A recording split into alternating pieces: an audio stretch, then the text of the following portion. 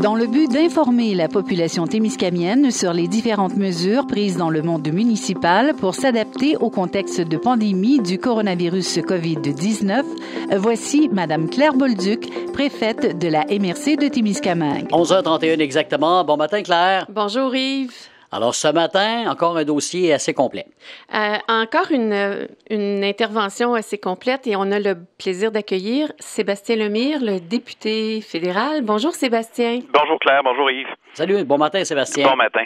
Et juste avant de laisser la parole à Sébastien, qui a énormément d'informations à nous livrer ce matin, je vais faire deux rappels, deux petites informations municipales. Le premier concerne les gens qui nous écrivent à la MRC, qui peuvent contacter la directrice générale ou moi-même pour nous dire qu'une municipalité fait des choses qu'ils ne devraient pas faire. En réalité, les municipalités font toutes ce qu'elles doivent faire, et deux, la MRC n'est pas le patron des municipalités. Les mandats sont très clairs, les pouvoirs municipaux que les municipalités appliquent, ça relève strictement des municipalités. Alors que les pouvoirs que la MRC applique, ceux qui sont ceux de la MRC, c'est pour la cohésion du territoire, pour passer d'une municipalité à l'autre. Vous n'êtes pas là pour jouer à la police, là. On n'est pas les patrons des municipalités, alors que ce soit très clair. On ne dirige pas les municipalités dans ce qu'elles font. Elles ont toute leur autonomie, et c'est très bien comme ça, parce que les municipalités répondent à leur population locale, elles répondent de façon directe aux besoins de leurs citoyennes, de leurs citoyennes, et elles ont toute l'autonomie pour agir en ce moment, et à mon humble point de vue, les municipalités font un travail remarquable en ce moment. Oui, absolument. Et deuxième petite note, hier, je disais que Laverle-Charanglier avait annulé la rigolade. En réalité, je rappelais juste avant que ce sont les OBNL qui gèrent les événements, qui ont le mandat de continuer le travail ou de l'interrompre dans le contexte actuel. C'est donc le comité des loisirs de Laverle-Cher, l'OBNL, qui gère les activités, qui a pris la décision, en toute connaissance des événements actuels, qui a pris la décision d'annuler la rigolade. La municipalité de Laverle-Charanglier, qui propose, qui offre des facilités, des infrastructures, des terrains pour tenir l'activité, n'a pas pris cette décision-là à l'encontre de son comité des loisirs. Le comité des loisirs a mentionné à la municipalité qu'ils annulaient l'événement. C'est important parce que il y a plein d'organismes qui travaillent au sein d'une municipalité qui ont leur autonomie. Les municipalités elles-mêmes ont leur autonomie, leurs devoirs, leurs responsabilités, leur propre pouvoir. Et la MRC n'est pas un maître au niveau des municipalités. On est un leader pour faire le travail ensemble et on réfléchit en mode territoire et on a nos propres responsabilités. Je vous remercie beaucoup de le retenir.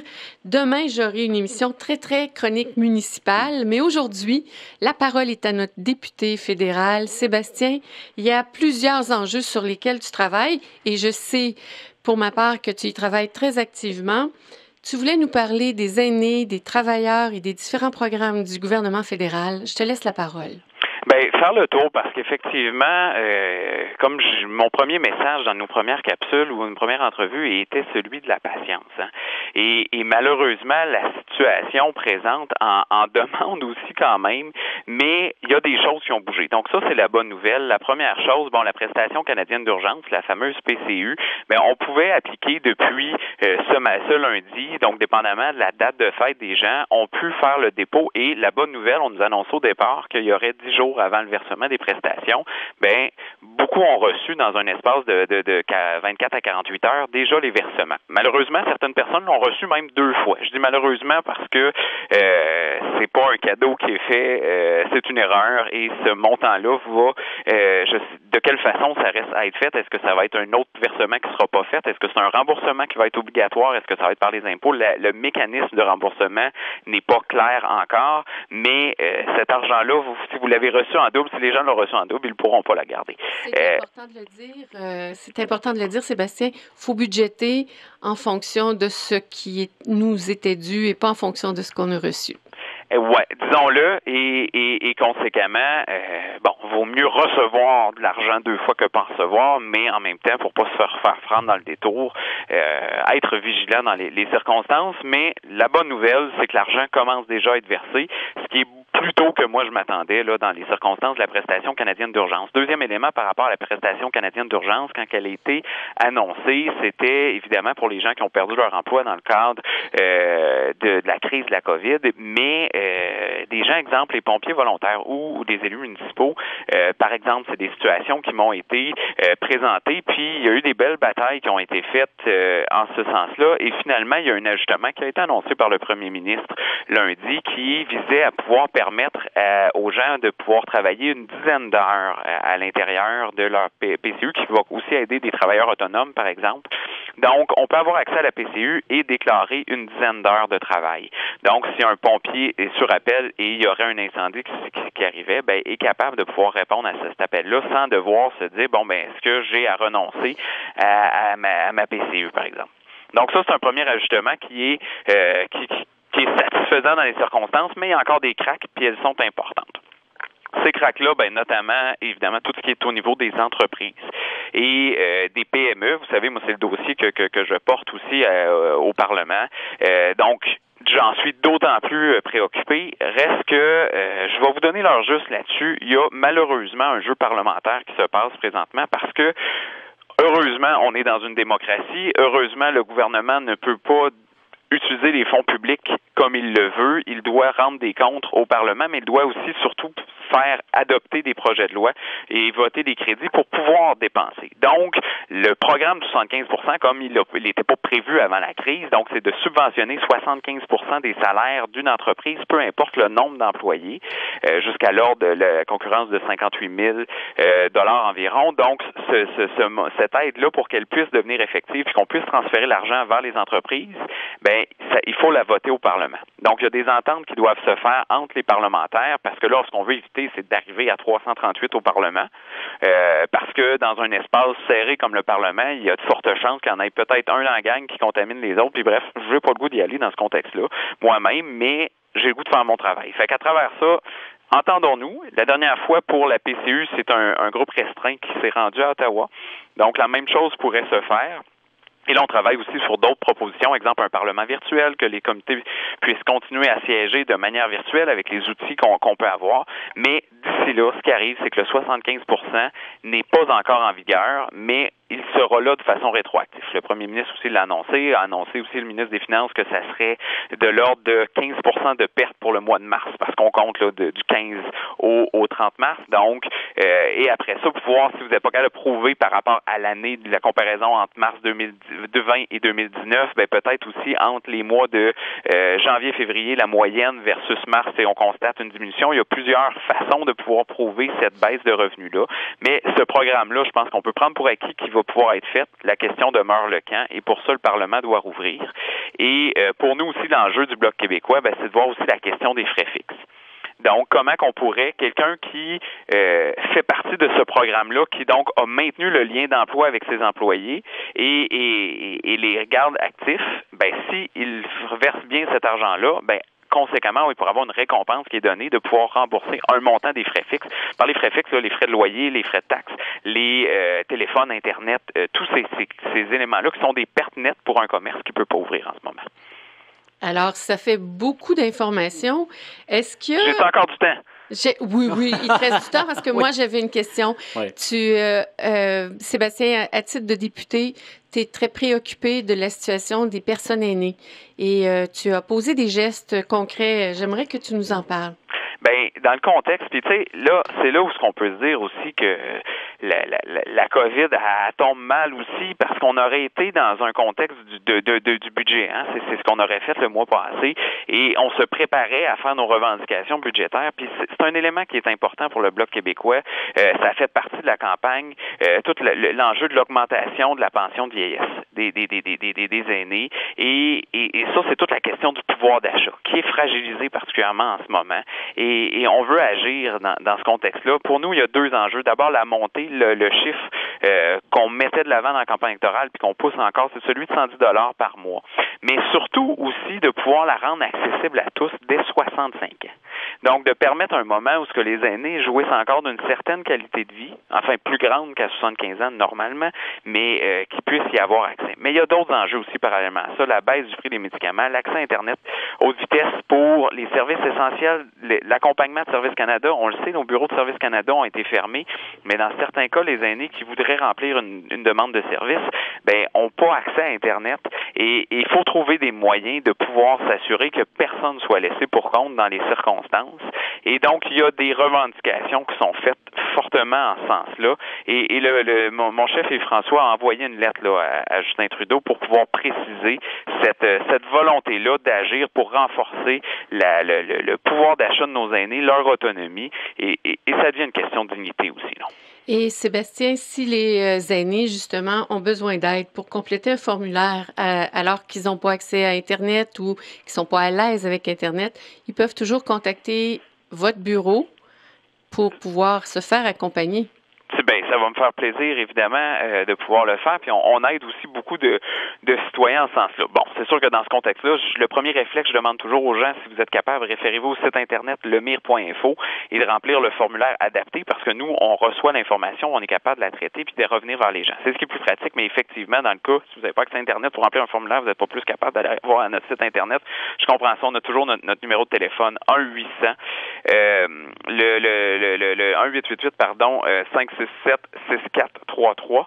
Je m'excuse, je le lisais sur une carte, puis finalement, c'est pas le bon chiffre. Ça arrive des fois quand on est en direct, de pouvoir, c'est ça, agir par téléphone. Donc, 1-888-567-6433. On peut venir en aide. Puis aussi, je tiens à souligner, j'ai participé la semaine dernière ou cette semaine, je vous avoue que des fois, la notion du temps, c'était cette semaine avec la Corporation de développement communautaire du Témiscamingue il y a une volonté là, très forte des organismes communautaires de pouvoir se réunir puis d'offrir des services notamment pour les personnes âgées, de pouvoir avoir donc une cellule de crise qui s'est créée et l'idée c'est d'amener des services. Donc plusieurs idées ont été mentionnées comme comment qu'on peut aller faire un contact direct avec les aînés, briser l'isolement, s'assurer de pouvoir répondre à des situations de détresse. Donc, il y a vraiment plusieurs acteurs. On était plus d'une dizaine là, qui étaient présents, dont la MRC, dont Émilise, pour pouvoir apporter le milieu de la santé, là, apporter des solutions. Et la question des aînés a été mentionnée beaucoup là-dedans. Dernier point, Sébastien, les revendications concernant Internet haute vitesse et cellulaire. Nous, on a l'AMRC a fait des représentations. Notre organisme, la Fédération québécoise des municipalités, a interpellé directement le premier ministre pour l'amélioration de la desserte cellulaire et Internet. Et vous en faites également de votre côté au niveau du gouvernement fédéral. Peux-tu nous en donner peux-tu nous en parler?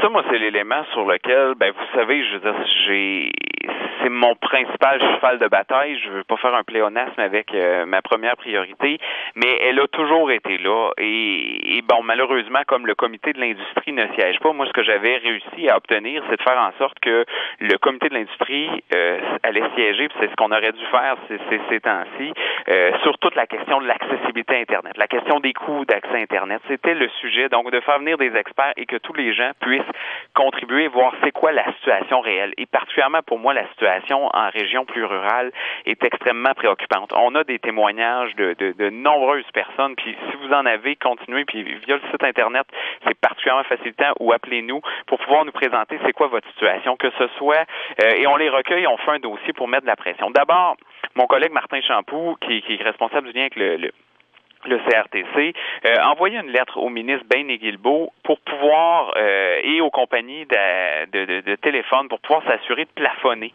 Parce que là, un des premiers problèmes qu'on a, c'est que les gens dépassent leur limite de données, et ça a un coût qui est astronomique. Pour moi, ça, c'est absolument inacceptable dans les circonstances. On a des témoignages de gens qui sont abonnés à plus d'un service Internet, en plus de leur cellulaire, pour être capable, quand un lâche, de pouvoir profiter de l'autre, puis d'être capable d'offrir un service, parce qu'ils sont obligés d'être en télétravail. C'est des situations qui sont absolument inacceptables et sur lesquelles il n'y a pas d'autre bonne réponse que de dire que oui, il faut brancher l'ensemble des gens, peu importe s'ils sont en milieu urbain ou en milieu rural. Tout le monde a le droit, surtout aujourd'hui, particulièrement on le vit en temps de crise, tout le monde a le droit à un service essentiel, Internet ou réseau cellulaire de qualité. Mais oui, il y a des démarches qui sont faites, notamment des démarches auprès de Service Canada sur l'urgence de connecter les régions pour offrir leurs services. Il y a de la pression. Mon collègue Martin, je lui ai parlé avant d'entrer en onde. Il y aura une rencontre la semaine prochaine avec le ministre Bain sur cet enjeu-là, pour pouvoir s'assurer de repartir la machine et que là, le statu quo est totalement inacceptable. Puis j'ai demandé à Martin de pouvoir participer à cette rencontre-là pour pouvoir vraiment ajouter le poids politique de tout l'enjeu de l'industrie pour mettre de la pression. Le statu quo est inacceptable, je le rappelle de ce côté-là. Et la demande, si tu permets, Sébastien, la demande est simple. À partir du moment où le CRTC, le Conseil de la radio, de la télévision du Canada, et des télécommunications du Canada aura déclaré que le service Internet est un service essentiel, on aura beaucoup plus de facilité. Tant et aussi longtemps que le CRTC n'aura pas rendu cette décision-là, on est dans les discussions qu'on connaît en ce moment. Et effectivement, puis l'aide fédérale doit aussi comporter que je peux concevoir que pour une compagnie, c'est pas nécessairement un service qui va être pleinement rentable ou profitable que d'offrir un service dans un endroit où la population est moindre. Mais ça ne veut pas dire, c'est là que le gouvernement doit agir, que si l'entreprise privée ne peut pas faire son profit nécessairement, puis que c'est justement un service essentiel, bien, on doit s'assurer quand même de connecter les gens. Ça, en date d'aujourd'hui, la vitalité de l'occupation du territoire passe par notre capacité d'être connecté au reste du monde. Donc ça, on n'y échappe pas. Merci beaucoup. Et là, je pousse un peu ma loque parce que j'aimerais ça voir aussi aux producteurs agricoles, mais sinon, on peut revenir, Claire. On reviendra la semaine prochaine parce qu'effectivement, sur l'activité agricole, il y a des nouvelles qui s'en viennent. Nous, on doit conclure aujourd'hui et moi, je tiens à te remercier. C'est précieux toutes les informations que tu nous as partagées, notamment sur les enjeux de PME et le contexte réel dans lequel ça se passe. Je pense que les gens ont besoin de comprendre qu'il y a des annonces qui se font, mais qu'il y a des structures de démocratie qui doivent s'exercer et qu'en conséquence, il y a des délais. Merci beaucoup de l'avoir partagé avec nous, Sébastien. Merci aussi pour toutes les informations sur le PCU. Très précieux. On se reparle très bientôt et on parlera certainement d'agriculture. Merci beaucoup. À bientôt. Merci, Sébastien. Merci. Et demain, comme je le mentionnais, ce sera une chronique très municipale. Beaucoup de questions nous ont été adressées concernant les pistes cyclables, les jardins communautaires, les marinas. Alors, on tente d'avoir les réponses pour pouvoir partager avec tous les auditeurs, les auditrices de CKVM et de TV Témis toute cette information-là qui est très précieuse et très importante pour tout le monde. Alors, je vous souhaite une bonne fin de journée, bonne santé tout le monde. Merci, Claire. À demain. À demain.